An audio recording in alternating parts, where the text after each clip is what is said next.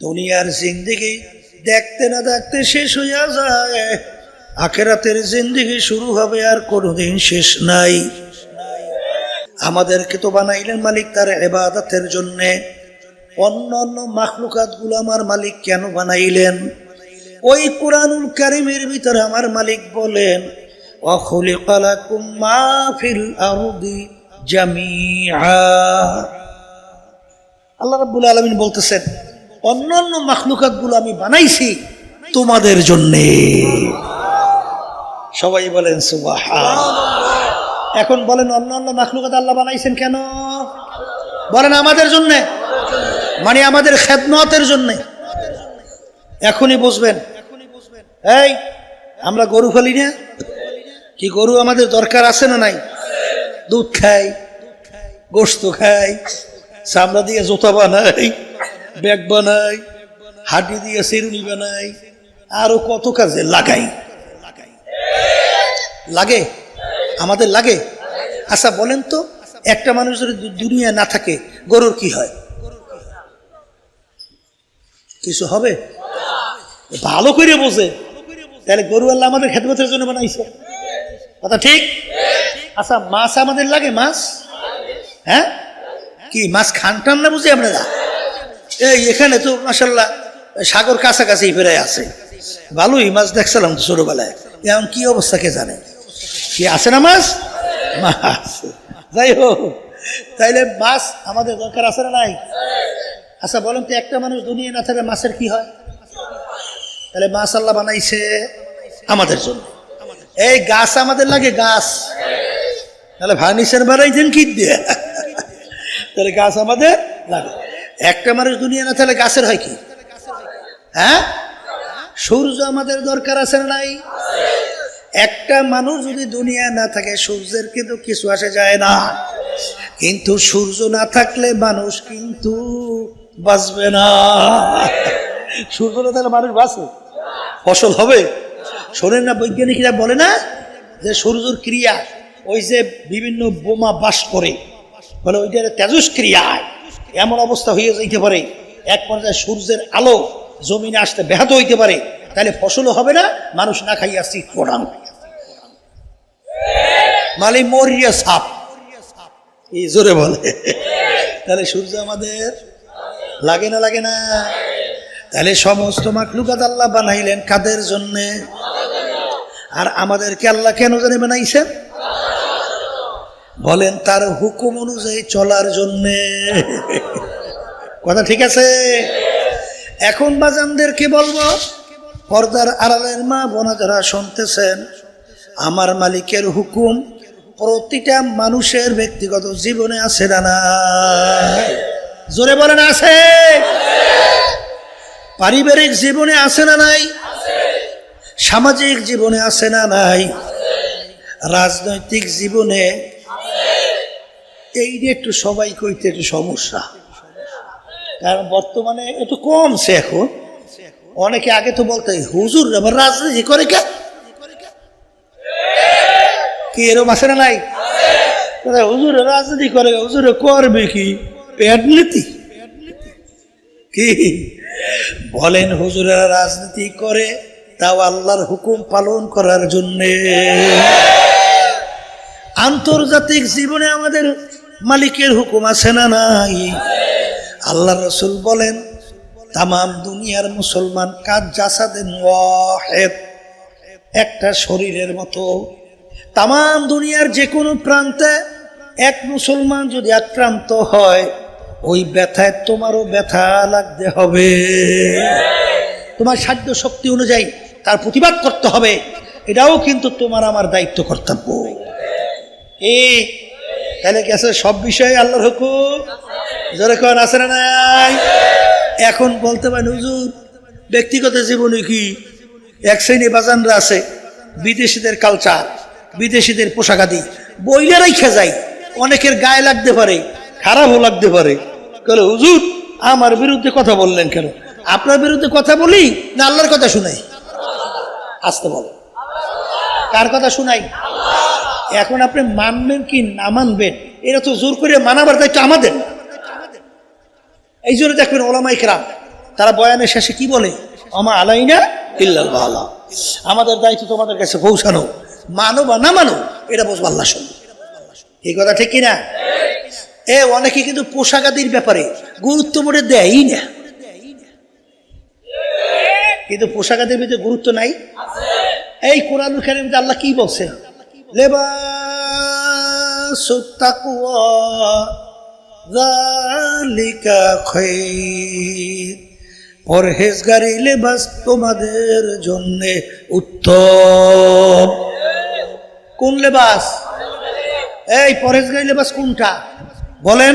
সাহাবায়ে কেরাম, আল্লাহ রাসূল সাল্লাল্লাহু আলাইহি ওয়াসাল্লাম যেই পোশাক আমাদেরকে দেখাইয়া গেছেন, সাহাবায়ে কেরামদেরকে পরাইয়া গেছেন, ওই পোশাক হইল পরহেজগারি পোশাক। কথা ঠিক না? ঠিক। এরপরে বাজানদেরকে বলবো, ব্যবসা ক্ষেত্রে মালিকের হুকুম না নাই? মালিক কি বলছেন? আহাল্লাল্লাহুল বাইআ ওয়া হাররামার রিবা, তোমাদের জন্য আমি ব্যবসাকে হালাল ঘোষণা করলাম, আর সুদকে তোমাদের জন্য আমি হারাম ঘোষণা করলাম। বলেন সুদ হারাম? সবাই মুখ খুলে বলেন, বলেন সুদ হারাম, বলেন সুদ হারাম। ব্যবসা হালাল। ব্যবসা কি? অনেকে দোকানদারি করে, আমার বাজারে আছে না, অনেকে মনে করে এটা মনে হয় দুনিয়া। না না, এটাও আখিরাত। কিন্তু আপনি যদি 1 নম্বর, 2 নম্বর, 3 নম্বর মাল এই যে যদি 1 নম্বর পরিচয় দিয়ে বিক্রি করেন, এইটা হবে হারাম। এটা কি? হারাম। তাহলে হালাল ব্যবসায়ী, সৎ ব্যবসায়ী, তাদের হাসর হবে নবীদের সঙ্গে, সিদ্দিকীনদের সঙ্গে। এটাও কি বলেন? ইবাদত। এটাও কি কথা ঠিক? পড়শিদের ব্যাপারে আমার মালিকের হুকুম আছে না নাই? রাজনৈতিক ব্যাপারে আমার মালিকের হুকুম আছে না নাই? বাজান রে, সর্বনের পীর মুরিদি তাম দুনিয়ার ভিতরে এই খুব জোরে সোরে প্রশংসা সহকারে পরিচয় লাভ করছে না? আসতে বলে। এই বিদেশে যাইয়েও যদি সর্বনের কথা বলে, কি দেশের কথা বলা লাগে না? চেনে না? তাহলে একটা পরিচয় হয়েছে না হয় নাই? তাহলে পীর মুরিদি খুব মজার জিনিস না? সমস্ত নেতারা, এমপিরা, মন্ত্রীরা আইসা হুজুরের সামনে মাথা নোয়াইয়া এইবার বলবে, হুজুর আমার একটু দোয়া করিয়ে দেন। হ্যাঁ, হুজুর থেকে দোয়া নেবে। আর যখন আপনি রাজনীতি মাঠে রাজনীতি করবেন, তখন দোয়া তো দূরের কথা, তখন গাইলে থেকে মাফ নাই। সুযোগ পাইলে মারতেও চায়, সুযোগ পাইলে জেলখানায়ও দেয়। কি জোরে বলে কথা ঠিক কিনা? সুযোগ পাইলে বিভিন্ন ধরনের আক্রমণও করতে চায়। চাই কি চায়? তাহলে এইটা একটা পিচ্ছিল পথ না? কাঠাযুক্ত পথ না? তারপরে এই পথ বাইছে নেব কামটা কি? 1987 সালে ইসলামী আন্দোলন বাংলাদেশ প্রতিষ্ঠিত হয়েছে। একজন এমপিও কি আমাদের ব্যানারে এই মার্কায় কি সংসদে গেছে? কথা বলে না, যায় নাই। সুযোগ বুঝি ছিল না? ছিল, বহুত সুযোগ ছিল। আওয়ামী লীগ গতি এই 2024-এ বহুত এমপি প্রস্তাব নিয়ে আসছিল আমার কাছে। বিএনপি এখনো চেষ্টা করতেছে, বিভিন্ন দল কিন্তু এখনো বহুত চেষ্টা করে। তাই এমপি মন্ত্রী হওয়ার যদি লোভ থাকতো, ও কবে এমপি মন্ত্রী হওয়া যেত আন্টুর ব্যাপার। কিন্তু বাজার এমপি মন্ত্রী হইতে গেছি, বলে হুজুর যান নাই কেন? কেন যান নাই? বলে যাবো কিভাবে? ওই যে মালিক যে বাধা দিয়ে রাখছে। কেটা বাধা দিছে? কি বাধা দিছে? وتعاونوا على البر والتقوى ولا تعاونوا على الإثم والعدوان। তোমরা ভালো কাজের সহযোগিতায় থাকো, খারাপ কাজের বিরোধিতায় থাকো। এই যে 53 বছর স্বাধীনতা শেষ, 54 বছর চলছে, যারা দেশ চালাইছে সব দুধে নেওয়া ফেরেশতা। ওই তো হয় এদের পরিচালনায় এই সুন্দর দেশটা বাংলাদেশ। একবার দুইবার নয়, 5 বার চোরের দিক থেকে তাম দুনিয়ার মধ্যে ওরা ফার্স্ট বানাইছে। হাজার হাজার মায়ের কোল সন্তান হারা করছে, লক্ষ লক্ষ মানুষ মিথ্যা কেসের মাধ্যমে সংসার বিলীন করে ফেলছে। কথা বলে না? এই যে কথাগুলো বললাম সব ভালো কাজ না? ও কয় কে কলে জি, এগুলো ভালো কাজ না খারাপ কাজ? তাহলে এই খারাপ কাজ যারা করে ওদের ক্ষমতায় যাওয়ার জন্যে ইসলামী আন্দোলন বাংলাদেশ আমরা সিঁড়ি হিসাবে ব্যবহৃত হব, আর আমাদেরকে পাড়াইয়া পাড়াইয়া ওরা ক্ষমতার মস্তদে বইসা এই কাজগুলা করবে, আর সহযোগী হিসাবে আমরা তাদের সিঁড়ি হব। এটা ইসলামী আন্দোলন বাংলাদেশ আল্লাহর ফজলে কখনো চায় না। এই জন্য কোন এমপি মন্ত্রীর চেহারাও দেখিনি। এখন তো ৫ই আগস্ট ২০২৪, এখন বাংলাদেশে ইসলামের পক্ষে মাশাআল্লাহ একটা ক্ষেত্র তৈরি হয়েছে না? একটু আসতে বল, হয় না? হয় নাই? সেদিনকে আমি গেছিলাম গাজীপুর, সেখানে আলোচনা করতে করতে আমি বললাম, আমি খোদার কসম করে বলছি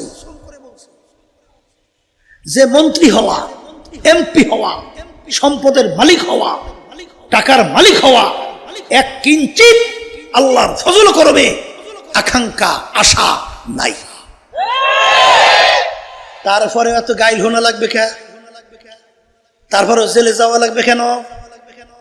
তারপরে বিভিন্ন কায়দায় বিএনপির নেতা সেদিন ঢাকা শোনেন নাই, পিসাব সরমনির যেখানে বাবা সাইজ করবা, আপনার মনে শোনেন নাই? শুনছে? মানে সাইজ করবো না, আমার রিভালাইতে অর্ডার দিয়ে দিচ্ছে। তাই তুমি তো ভালো কথা, মালিক যতদিন হায়াতে রাখবে ও কেউ মারতে পারবে? আমার আব্বাজান রহমাতুল্লাহি আলাইহি ওদের অন্যায় প্রতিবাদে যখন আওয়াজ তুলছিল, তখন এক শ্রেণীর আব্বাজানকে ভয় দেখায়, হুজুর এ ফালা বেফালা করতেছেন কি?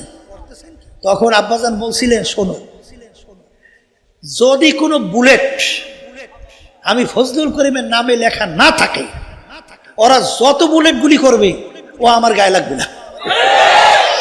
আর যদি কোনো বুলেটের গায়ে লেখা থাকে এইটা ফজলুল করিমের জন্য নির্ধারিত, মারার সঙ্গে সঙ্গে শেষ।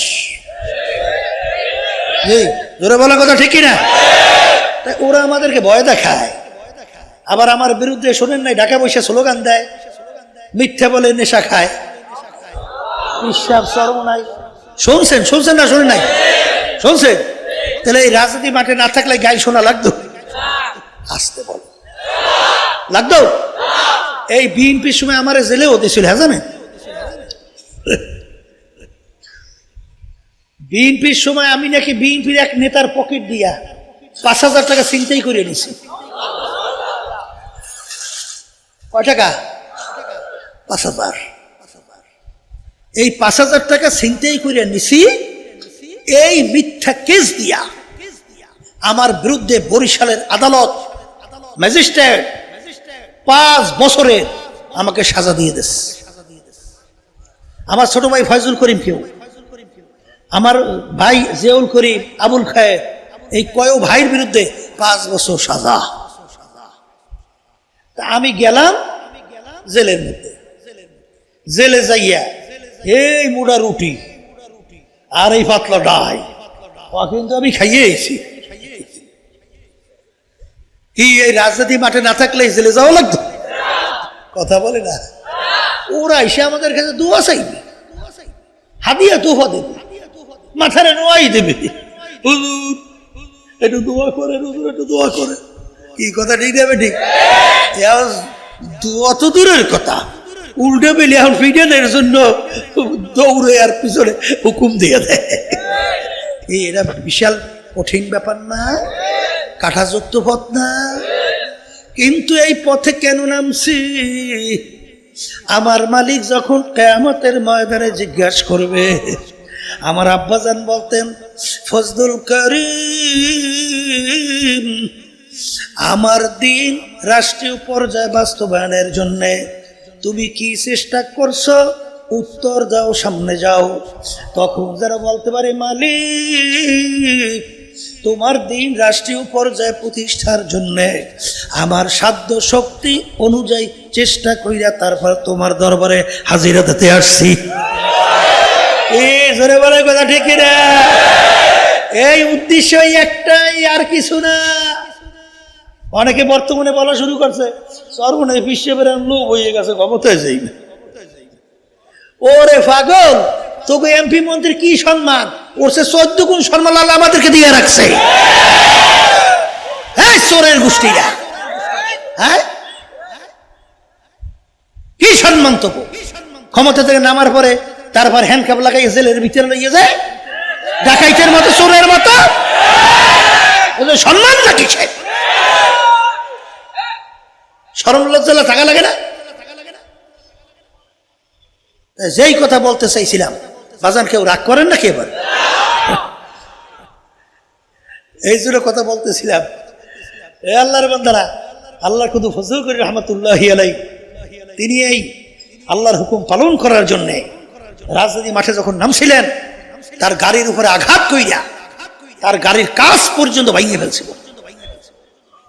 18টার মতো কেস আব্বাজান রহমতুল্লাহ বিরুদ্ধে এই বাংলাদেশে, এই তখন আওয়ামী লীগের সরকার, আওয়ামী লীগ আব্বাজানের বিরুদ্ধে প্রায় 18টার মতো কেস দিয়েছে, জানেন? কিন্তু আল্লাহর কুতুব কি এক বিন্দু ওদের কাছে মাথা নিচু করছে? আবার জোরে কান করছে? কেন করে নাই? কেন করে নাই? ওদের অন্যায়ের সহযোগী হয় নাই, ঠিক না? আচ্ছা, আমরা যদি কথা না বলি, সবাই মুখ চুপ করে বই দেখেন, তাহলে দেশ চোরে ভরিয়ে যাইবে না? সাদাবাজিতে ভরিয়ে যাইবে না? মিথ্যা কেসের মাধ্যমে সমস্ত হাজার হাজার লক্ষ লক্ষ ফ্যামিলিগুলো ধ্বংস হবে না? এই দেশটা গোল্লায় যায় না? কথা বললি দোষ।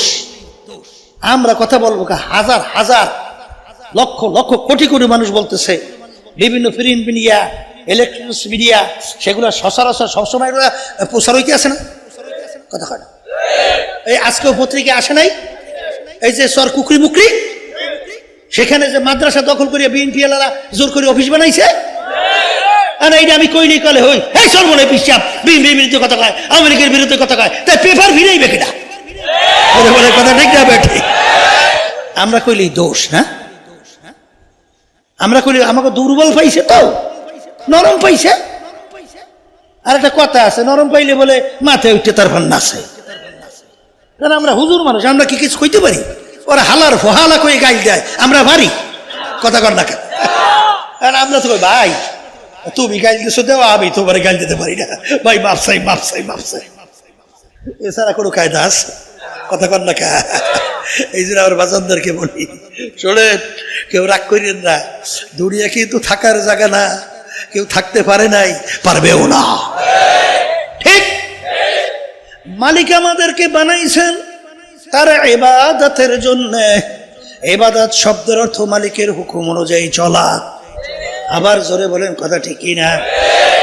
তবে বর্তমানে বাংলাদেশের মধ্যে আজানের শব্দে বাচ্চাদের ঘুম ভেঙে যায়, আজানের শব্দে বাচ্চারা মায়ের কোলে ঘরে যায়।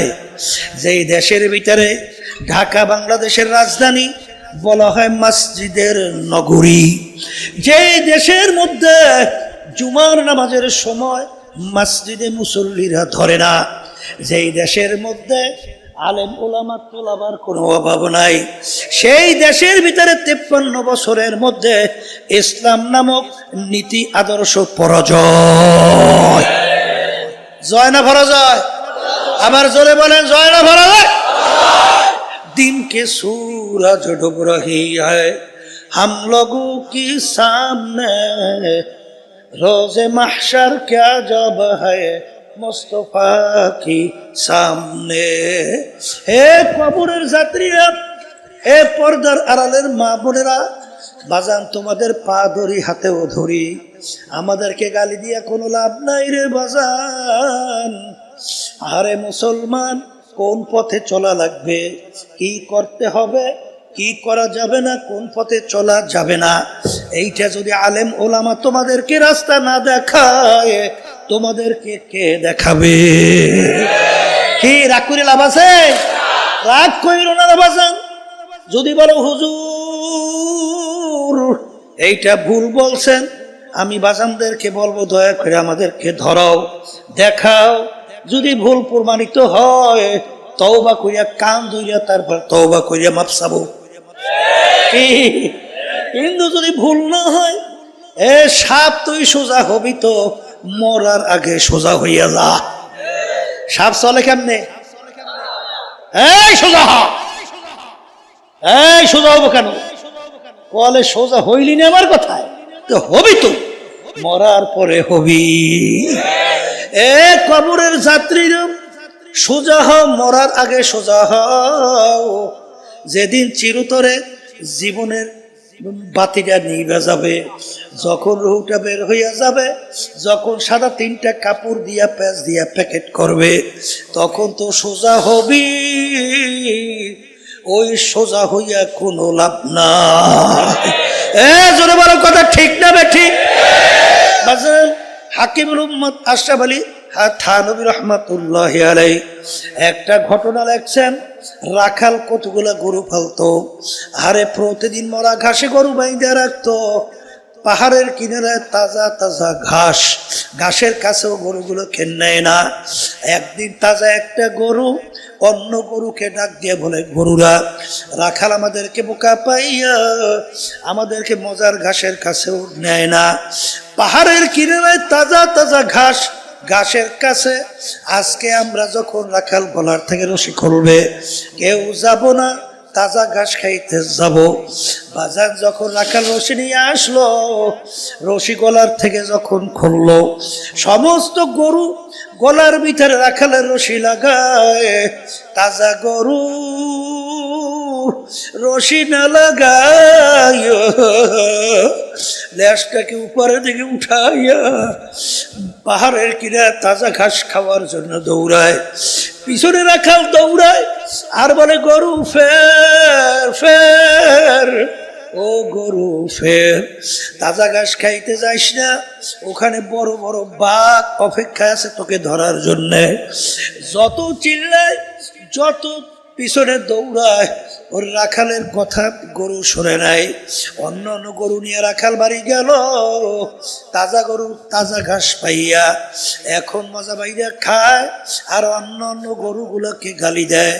ও গরুরা, আহারে রাখাল তোদেরকে বোকা পাইয়া প্রতিদিন মরা ঘাসের ভিতরে বাইনা মরা ঘাস খাওয়ায়, আমি কত সুন্দর তাজা ঘাস খাই, খা তোরা, কলিজা শুকাইয়া যায়।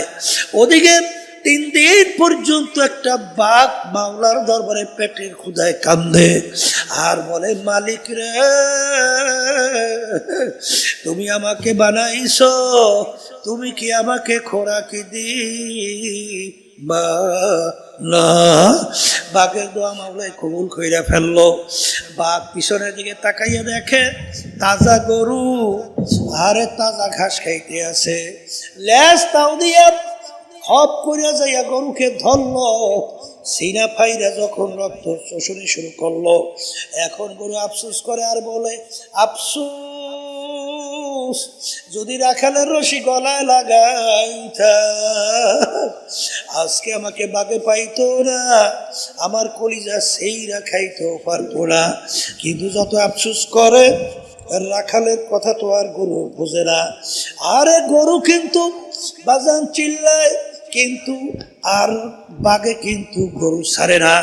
ঠিক হাকিমুল উম্মত আশরাফ আলী থানভী রহমাতুল্লাহি আলাইহি বলেন, এ দুনিয়ার মানুষ, আমরা উলামায়ে কেরাম কুরআন এবং হাদিসের রশি নিয়া তোমাদের কাছে রাখাল হিসাবে চলে আসছি। এখনো তোমাদের কপাল ভালো, এখনো কোরআন এবং হাদিসের রশি গলায় লাগাও। দুনিয়ার আনন্দ ফুর্তি পাইয়া, যুবকরা মেয়েদের সঙ্গে আড্ডায় মজা পাইয়া, আরে সিনেমা বায়োস্কোপ চিত্ত বিনোদনের মজা পাইয়া, ঘুষ সুদে মজা পাইয়া, মিথ্যায় মজা পাইয়া, জুলুমে মজা পাইয়া, দুনিয়ার বিভিন্ন রাজনৈতিক দলের সঙ্গে চইলা মাতুক বাড়িতে মজা পাইয়া, বাজান বিভিন্ন সম্পদে মজা পাইয়া, আজকে তাদের পিছনে ঘোরো তাজা ঘাস খাও। ওদিকে আমার মালিকের দরবারে জাহান্নাম বাকাল। মালিক, তুমি আমাকে বানাইছো, তুমি আমাকে খোরাকি দিবা না। বাঘের দোয়া আমার মাওলায় কবুল করে ফেললো। আমার মালিক বলেন ধৈর্য ধর, তোদের জন্য ব্যবস্থা রাখছি।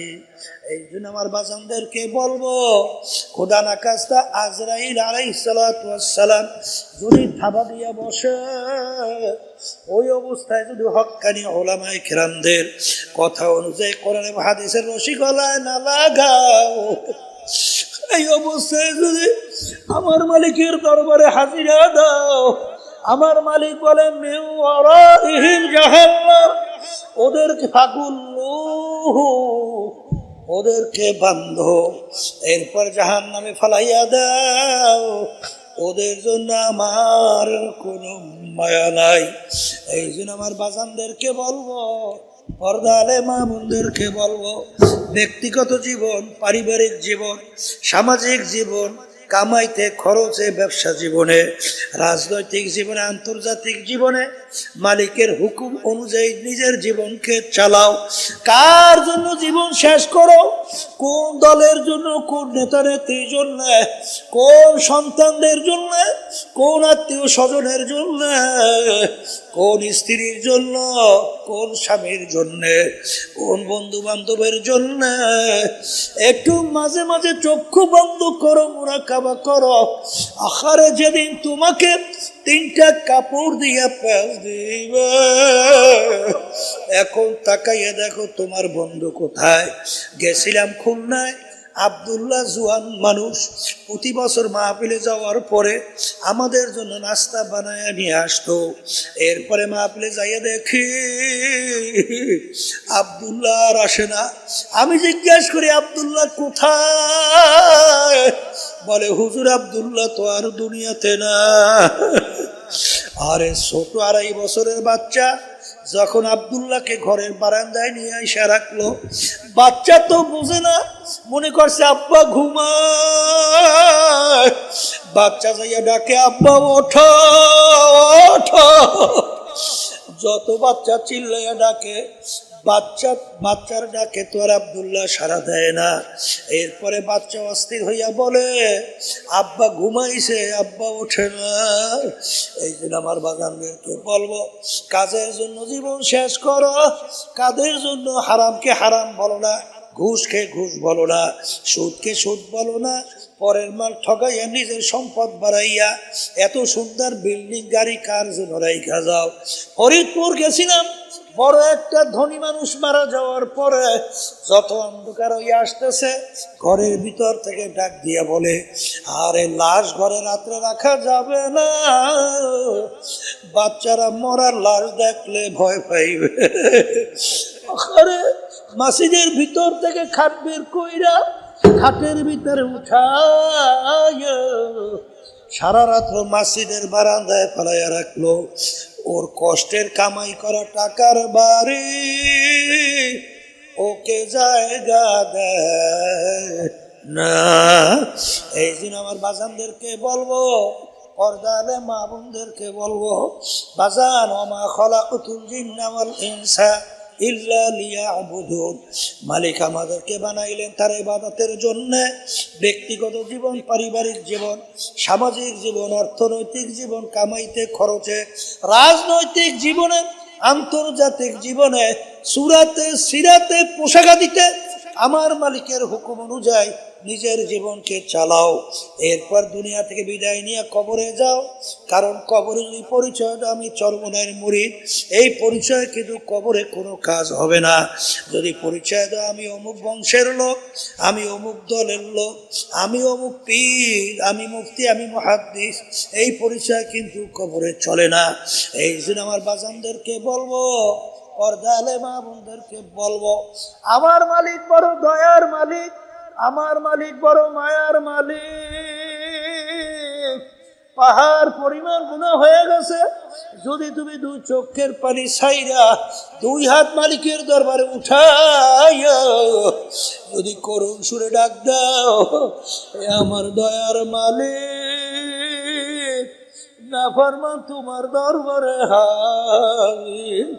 ডাক দিতে দেরি, আমার মালিক তোমাকে আমাকে তার কুদরতি কোলের মধ্যে টান দিয়া জাগা দিতে দেরি করবে না। আল্লাহুম্মা আমিন। এ ঘরের মেয়ে লোকেরা হাত উঠাও, গুনার কথা মনে করো, দুই চোখের পানি ফালাও, মালিকের দরবারে কান্দ আর মাপ চাও। যদি কান্না না আসে মন কি বুঝরে মন, একদিন ঘরের দরজা দিয়ে নতুন বউ হয়ে উঠছিল রে মন। কত মেয়ে লোকে শরবত খাওয়াইলো, কত মেয়ে লোকে বাতাস করলো, আবার এমন একটা দিন আসবে এই ঘরের দরজা দিয়ে মোরা লাশ হইয়া বের হবা।